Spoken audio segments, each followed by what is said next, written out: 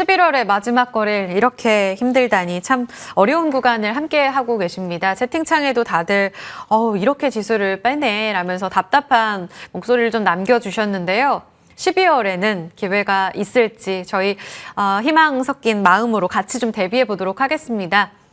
시장을 이기는 움직임 안에서의 최고의 전략을 주시죠. 최성환 교보증권 부평지점 지점장 오셨습니다. 어서 오세요. 네, 안녕하십니까? 네.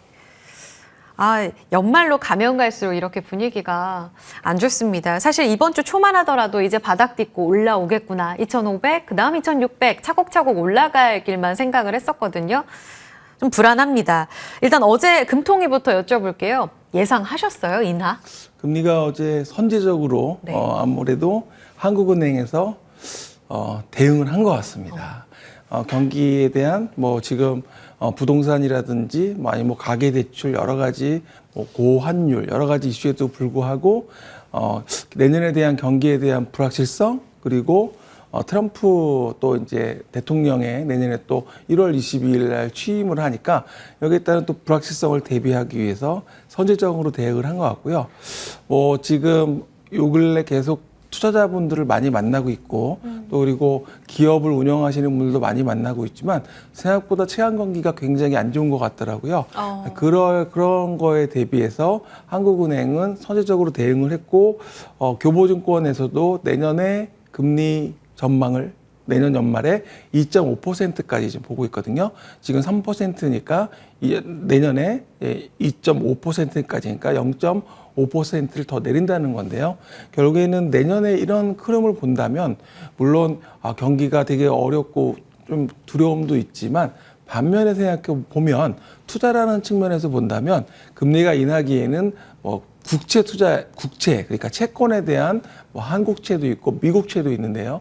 이런 채권에 대한 투자 수요가 늘어날 것으로 보여지고 또 그리고 증시에서도 또 나쁜 것만은 아닙니다. 왜냐하면 금리를 인하함으로써 자본 조달에 대한 그런 비용을 낮춰주는 부분들이 있어서 투자에 대한 부분들도 좋을 수 있습니다.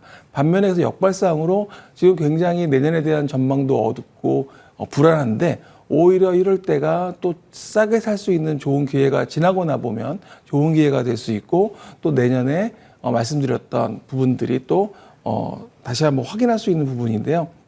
일단은 트럼프 프리존이라고 해서 최근에 보면 트럼프의 그런 리스크를 벗어나고 있는 업종들 예를 들면 바이오라든지 엔터테인먼트 그리고 일론 머스크하고 손잡을 수 있는 우주항공 이런 쪽들은 상대적으로 선방하고 있는 부분들이 있거든요. 또 하나 조선주 같은 경우는 내년에 그러니까 중국을 견제할 수 있는 나라가 우리나라밖에 없다라는 점에서 조선주에 대한 그런 기대감도 높이 있습니다. 그래서 지금 전체적으로 시장의 분위기는 좀 다운되어 있지만 말씀드렸지만 금리 인하 시기와 맞물리면서 다시 한번 그 안에서도 지수는 다소 정체될 수도 있지만 종목이나 업종들은 상당히 좀 활성화될 수 있는 부분도 있겠다. 그래서 지금 조금 힘들지만 이런 또 기회로 삼을 수 있는 분위기가 있다라고 말씀을 드리겠습니다. 좋은 기회로. 네. 아무래도 네. 그래서 네. 지금 좀 힘들지만 좀 지금은 견뎌야 되는 시기가 아닌가 이렇게 말씀을 드리겠습니다. 왜 이렇게 힘들까요, 진짜? 10월, 11월 그러니까 바닥이겠지라는 희망으로 계속 견디다 보는데 또 더 내려가니까 여기에서 좀 견디기 어려우신 분들이 많으셨던 것 같은데 방패 역할을 했던 몇몇 섹터 안에 분명히 11월이 선방했다는 것을 보면 여기에도 힌트가 있구나. 쭉 나열해 주신 게 바이오, AI, 우주, 엔터, 조선 주셨어요. 바이오부터 여쭤보겠습니다.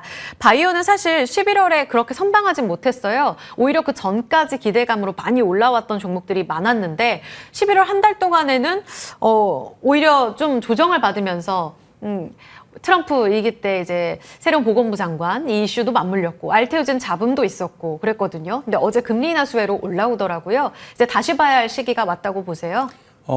트럼프 당선되기 이전과 이후가 너무 지금 당선되고 나서 주식시장이 아주 많이 안 좋았던 것 같습니다. 당선되고 나서 트럼프 리스크라는 게 부각되면서 전체적으로 바이오 역시도 다 많이 하락을 했는데요. 결국에는 이런 그 바이오 같은 경우도 미중 분쟁 속에서 바이오는 분명히 지금 생물보안법으로 묶여 있거든요. 이런 부분들이 국내 삼성바이오로직스나 셀트리온, 바이넥스, 뭐 ST팜 이런 회사들한테 분명히 수혜가 예상되는 부분이 있고 이 부분들이 뭐 지금 뭐 그러니까 전체적으로 다 하락을 했기 때문에 말씀드리지만 지금 뭐 이런 이제 기회가 될 수 있는 부분도 있다. 그러니까 지금 화면에 보시면 바이넥스나 뭐 셀트리온 뭐 이런 회사들이 모두 지금 조정 이후에 다시 또 올라가는 흐름을 보여주고 있거든요. 그래서 다음 달에 아마 결정되는 이런 법안 통과가 되게 중요할 것 같고 12월에 그런 흐름 속에서 또 내년을 준비한다면 바이오는 사실은 뭐 셀트리온이나 삼성바이오로직스 이러한 그 CDMO 이쪽도 있지만 상대적으로 그동안에 자체적으로 기술 수출이라든지 또 그리고 자체적으로 이슈가 있는 기업들이 많이 있거든요. 이런 기업들도 많이 하락하고 조정을 받았다면 관심을 가져봐도 좋을 것 같습니다. 그렇군요. 지금 기회를 볼 쪽은 분명히 바이오에 있고 다음 달 생물보안법 상원 통과 이슈까지 대기하고 있습니다. 연말 이벤트를 지켜보겠습니다. 또 다른 금리 인하의 대표 수혜주가 성장 조정 안에서도 많이 조정받은 2차 전지잖아요. 어제 에코프로 BM 코스피 이전 상장 그 패시브 자금 기대 때문에 올랐다가 오늘 다시 다 내뱉고 조정을 받고 있습니다. 여전히 IRA 불확실성을 좀 더 지켜봐야 하는 상황일까요?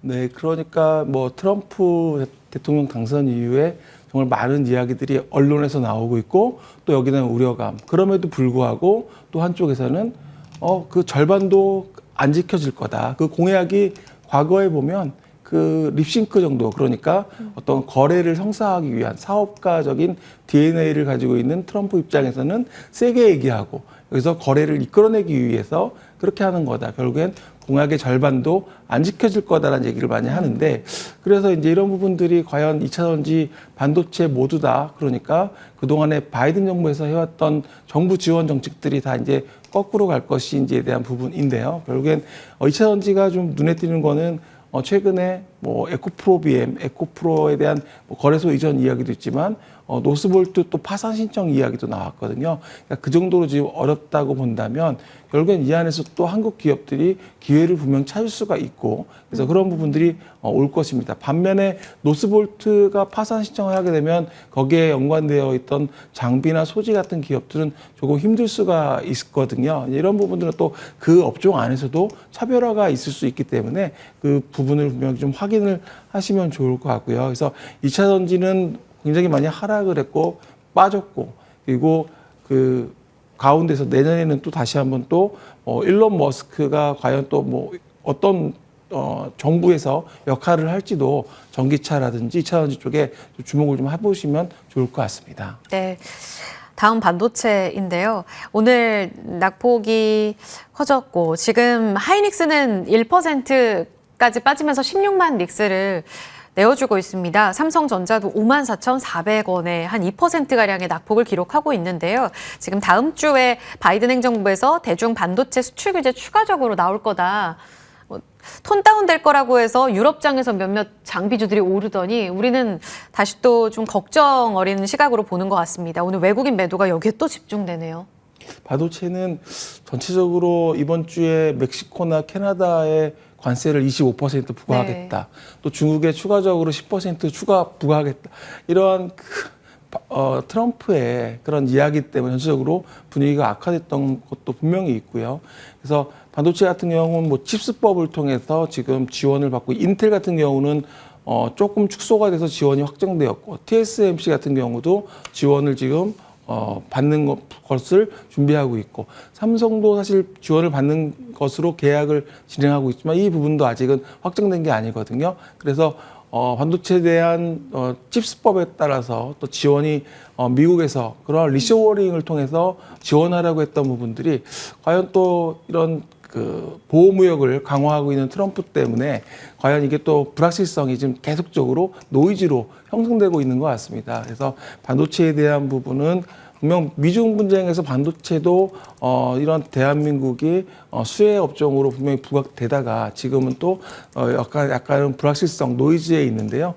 그렇다고 해서 내년에 과연 여기서 뭐 이대로 그러니까 말씀드렸던 것처럼 트럼프의 말대로 그대로 진행될 것인가에 대한 부분은 또 지켜봐야 되는 부분이다. 그러니까 항상 거래를 하기 위해서 조금 더 세게 좀 이야기를 하고 있고 이 부분들이 내년 1월 20일 이후에 또 어떻게 될지는 좀 지켜봐야 될 것으로 보여지고 제가 말씀드리고 싶은 건 반도체도 그렇고 2차 전지도 그렇고 지금 현재 분위기는 아무래도 그런 불확실성이 때문에 주가가 당분간은 상승과 하락을 반복할 것 같다라고 보고 있습니다. 계속 제자리 걸음이고 여기서 더 빠지진 않았으면 좋겠는데 오늘 그 16만 원이 깨지니까 또 한 번 좀 좌절하게 되는 것 같습니다. 반도체는 1월 20일 트럼프 행정부 취임 그리고 그 다음 정책까지는 일단 좀 보류 주셨습니다.